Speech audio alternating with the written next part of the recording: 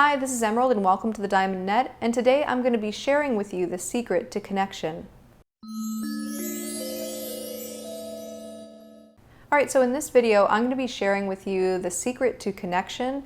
Now when I say connection, what I mean is connection to other people socially. I also mean feeling a sense of connection with nature and also a sense of connection with the universe at large, feeling like we belong here, feeling like we are an integral part of the tapestry of existence.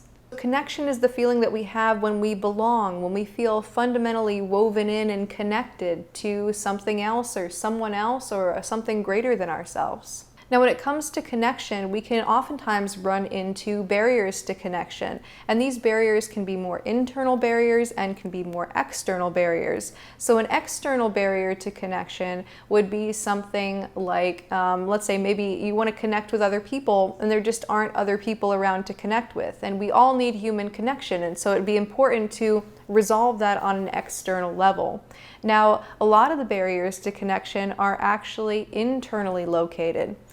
So when we feel disconnected, we might have some kind of mindset or some kind of trauma that sort of prevents us from being able to feel connected to another person or feel connected to a group or to feel connected to nature or the universe at large. And even if a barrier to connection seems to be coming from the outside, we also want to investigate the kind of internal dynamic that might have led to that. So for example, if we end up in a situation where there are no other people to connect to, well, what was it about our psychology and our emotional state that actually led us into a situation where we're truly actually isolated? And until those internal issues with connection are resolved, we're still going to fundamentally feel disconnected. We're going to still feel isolated. We're going to still feel alone. And that's true even if there's tons and tons of people around and tons of people who are very compatible with us.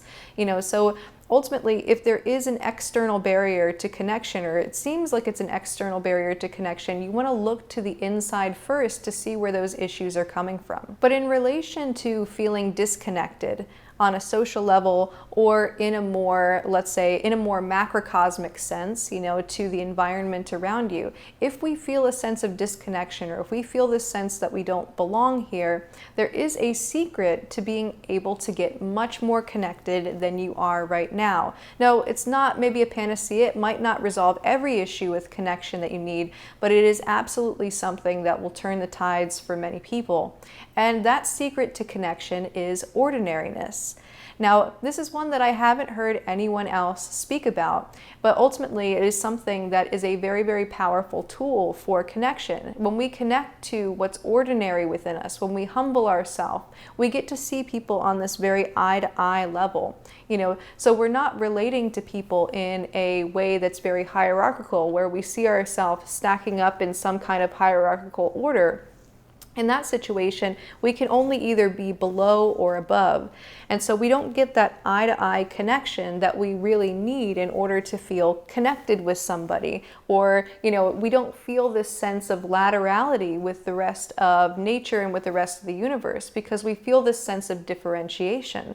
And so basically, when we feel like we're either lesser or greater than another person, we don't get that lateral, ordinary connection. We can only connect through, let's say, being extraordinary and being admired, or just feeling inferior and feeling totally disconnected altogether. So, and then we also, on the more, let's say, macrocosmic kind of, let's say, connection to nature kind of level, if we are constantly conceptualizing of ourselves and the rest of humanity as being separate from nature or unnatural in some way, this makes us feel like we're not an ordinary species. So it's like, okay, you have the ordinary animals over there, but human beings are an extraordinary animal. And so what this does is this creates a disjunction between humanity and nature in general. And so this very belief on a collective level leads humanity to feel like we are somehow cast out of the garden, that we are not connected with nature and with reality at large.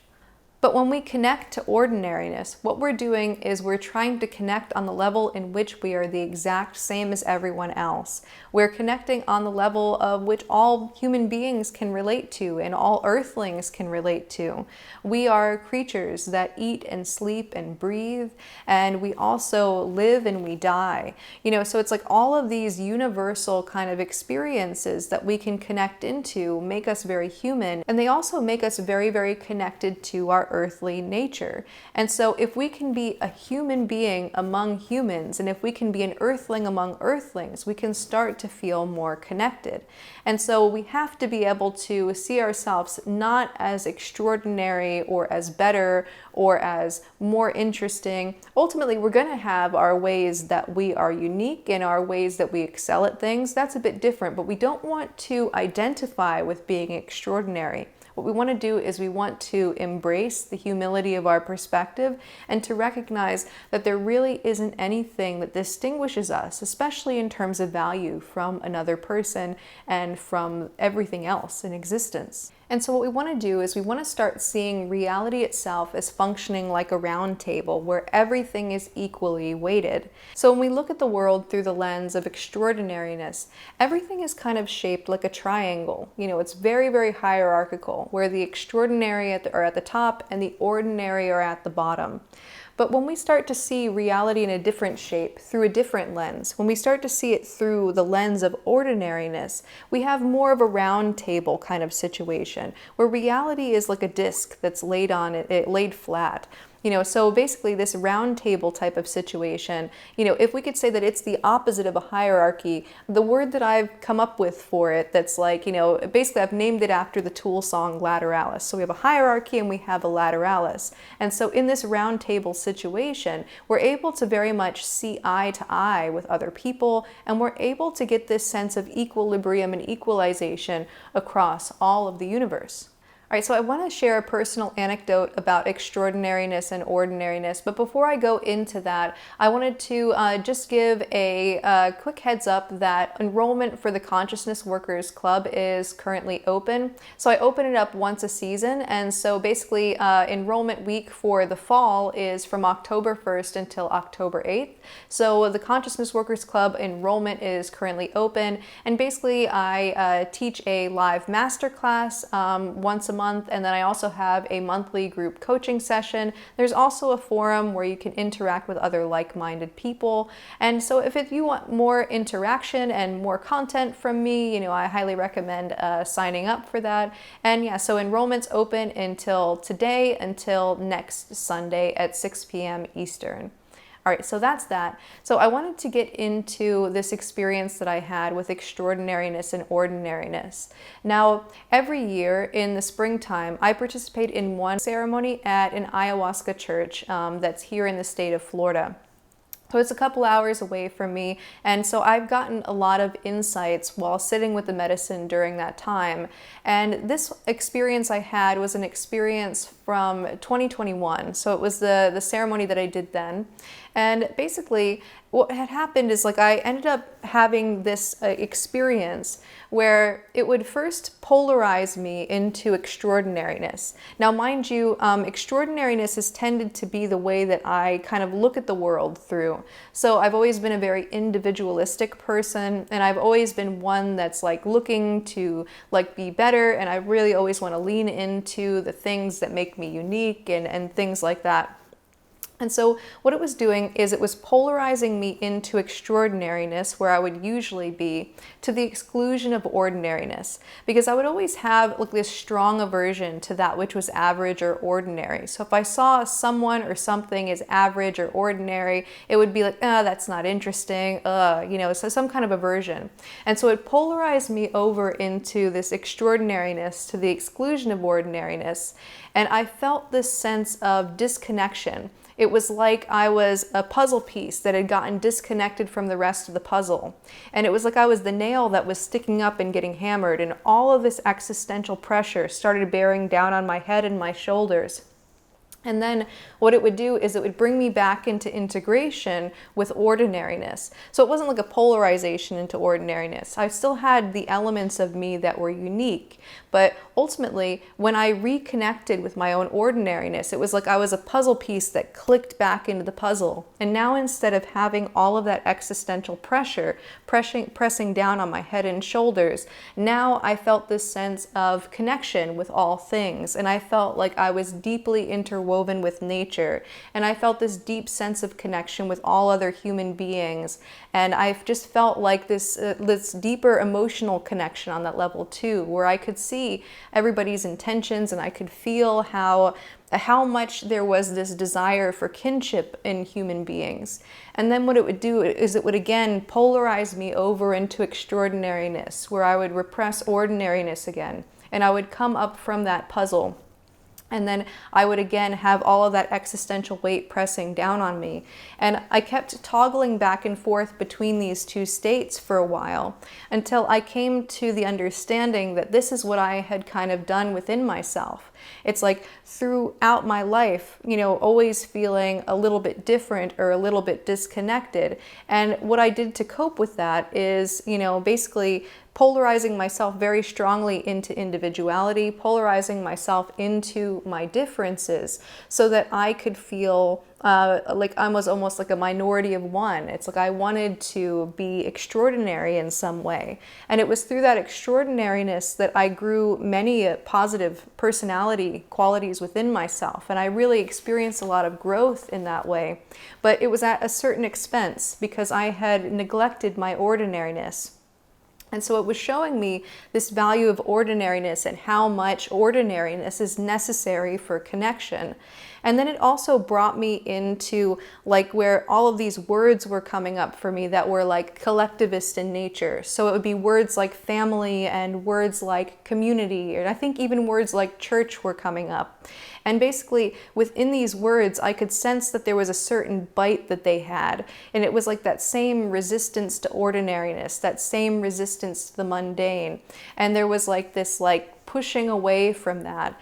And it was almost like, if you can imagine, there was like a threshold that I understood to be there, that if I stepped over that threshold into ordinariness, now suddenly I would be connected. And I was sitting there on the precipice of this threshold and thinking, well, maybe connection could be okay.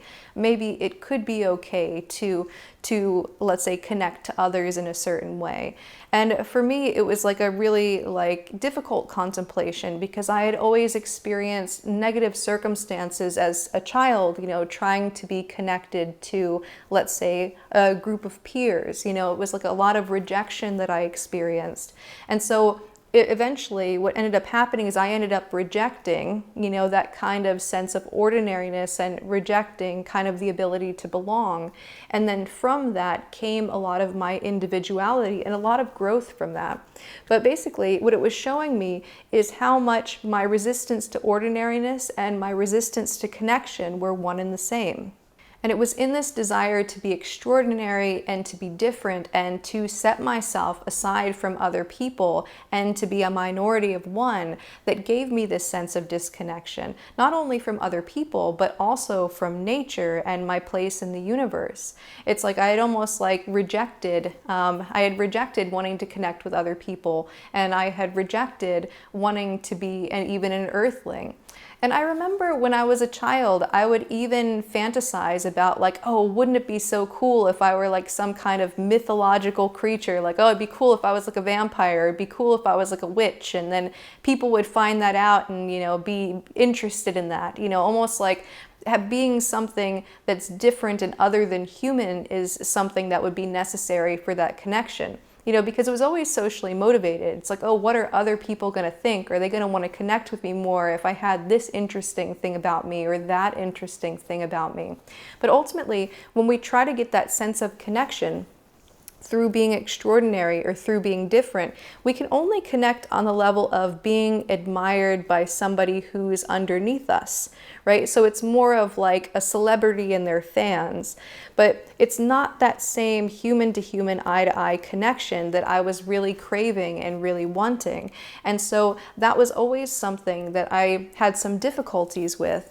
But there were times where I could kind of come back down and really feel that sense of connection. It was usually in times where I felt very self-forgotten.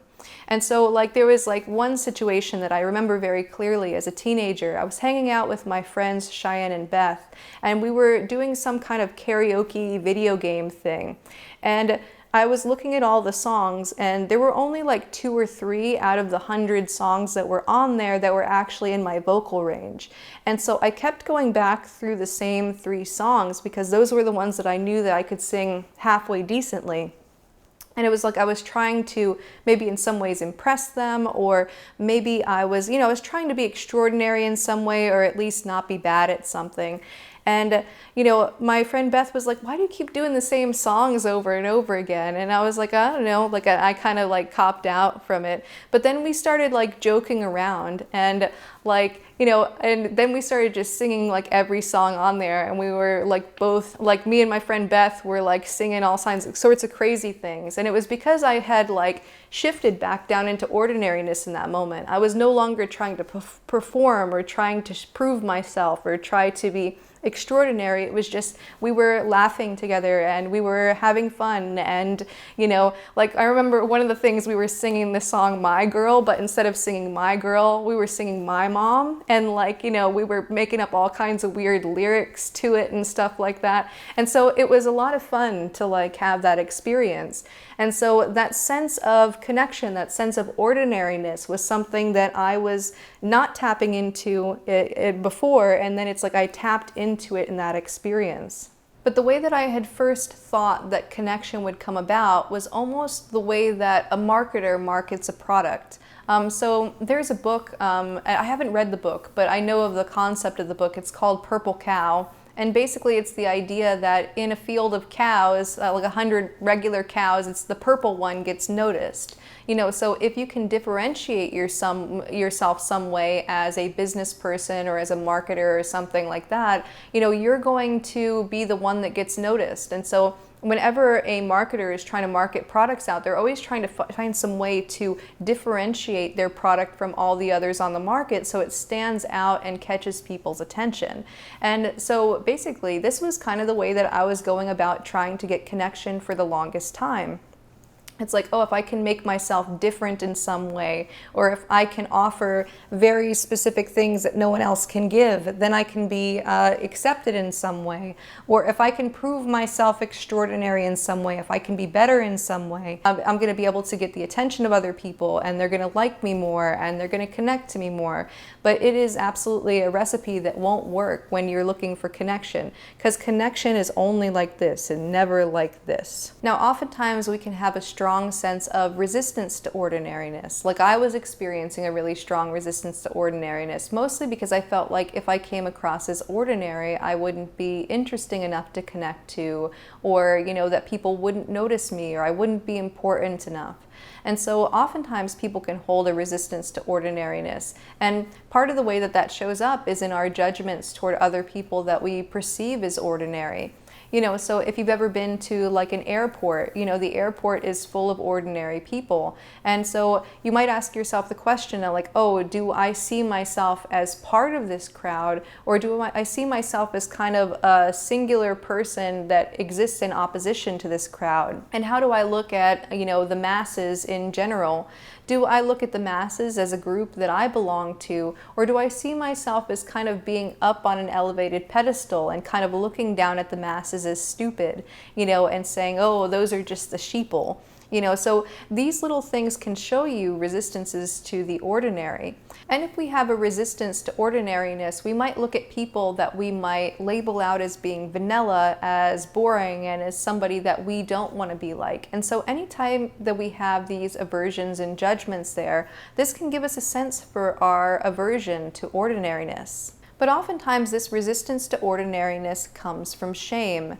So shame is this sense that we're unworthy, that we're not good enough, that we're bad in some way. And basically with that, we start to feel like we're one down from other people. Like somehow other people are okay to be normal and ordinary, but we are, let's say, less in some way.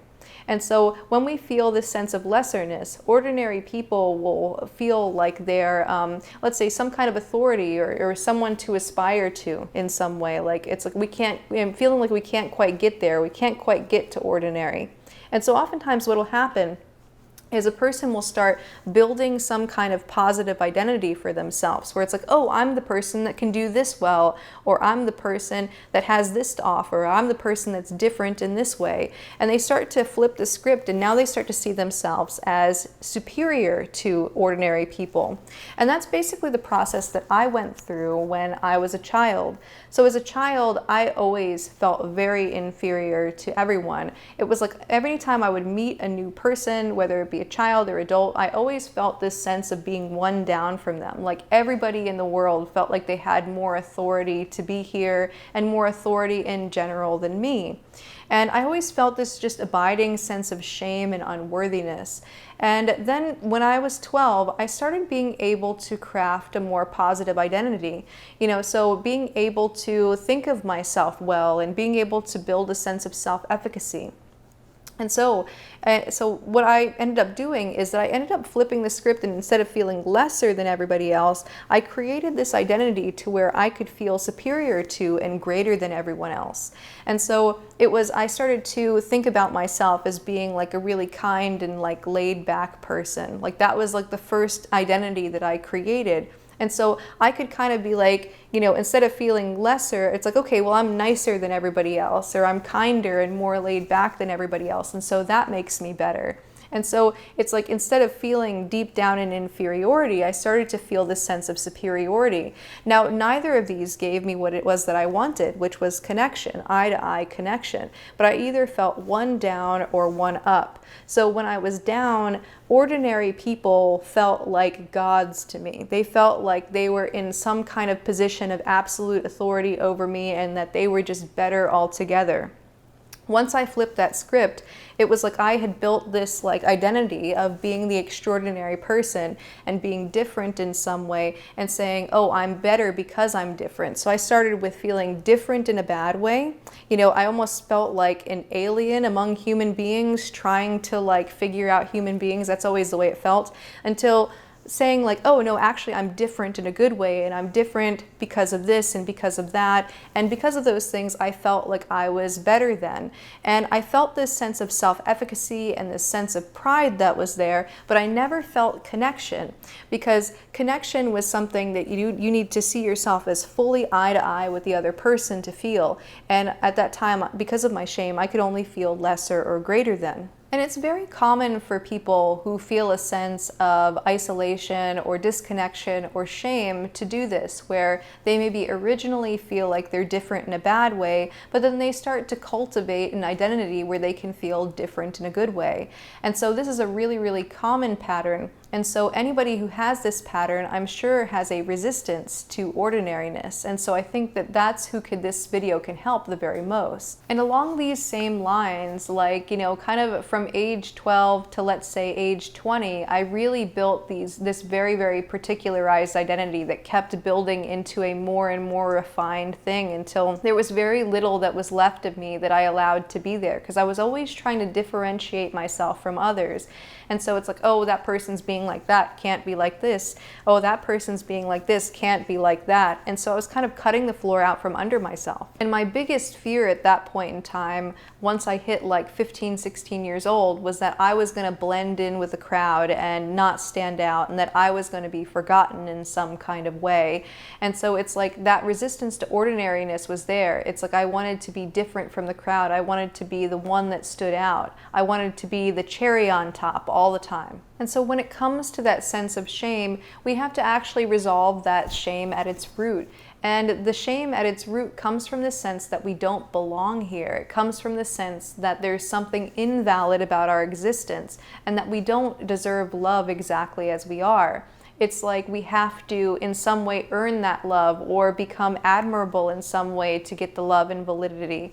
And so it's very, very important for us to be able to learn to love ourselves and accept ourselves unconditionally, because otherwise shame will come about, and then we're going to polarize up into extraordinariness in order to get away from that shame and to cope with that shame. And that will put us in resistance to our ordinariness. But when we see ourselves as lovable exactly as we are, and we accept ourselves exactly as we are, we don't need to be any particular way. We don't need to differentiate ourselves or put ourselves into a hierarchy with other people where we say, oh, I'm more important than this person, or that person's less important here. We don't have to create that pecking order in our own minds on an existential level. What we can do is we can recognize that everybody is valid exactly as they are, and that we're valid exactly as we are. And on that level, we can tap into that unconditional sense of acceptance that's necessary for us to feel okay with being ordinary, and to feel like we're okay with just being another human being among human beings, or another earthling among earthlings. So with that in mind, here's a simple process for being able to drop resistance to ordinariness. So it's not so much about adding ordinariness, it's about recognizing the ordinariness that's there, appreciating the ordinariness that's there, and dropping resistance to it. So basically, if we have certain resistances to expressions of ordinariness that come up, we want to write those down.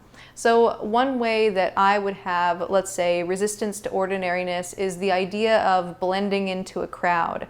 So like if I go to an airport and everybody seems really, really ordinary, it's like seeing myself as part of that crowd and just blending in. That was something that I would have a lot of resistance to. Or there was even this idea of like, oh gosh, if I die and it's like an unceremonious thing and it's like the universe itself doesn't stop, like for me as a teenager, that was a really, really stressful thought, because it's like, oh, that means that I'm not that important after all. So there was like this grappling around with feelings of unimportance, because the way I understood importance is that you have to be either more or less important than someone else. And so it was this sense that if I wasn't the most important, then I'm not valuable, and it would like hit into that feeling of shame. So that would be an example. Or even, let's say, because I've been working on this for quite some time since then. So for the past decade, I've really been working on my issues with shame. But one of the things that can still come up from time to time is if I go into like a place with like a crowd, and let's say people are dressed really ordinary, or maybe there are people that really, don't have a lot of things that make them immediately stand out from another person. It's like I kind of have this aversive reaction where I go like, ooh, I don't want to be ordinary like that. I don't want to blend in. And so a lot of mine are in relation to situations where I feel like I blend in and that I'm not differentiating myself from other people. So that would be mine, but you could have a different reason for resistance to ordinariness. It's whatever your understanding of, let's say, why your resistance is there, that would be relevant here.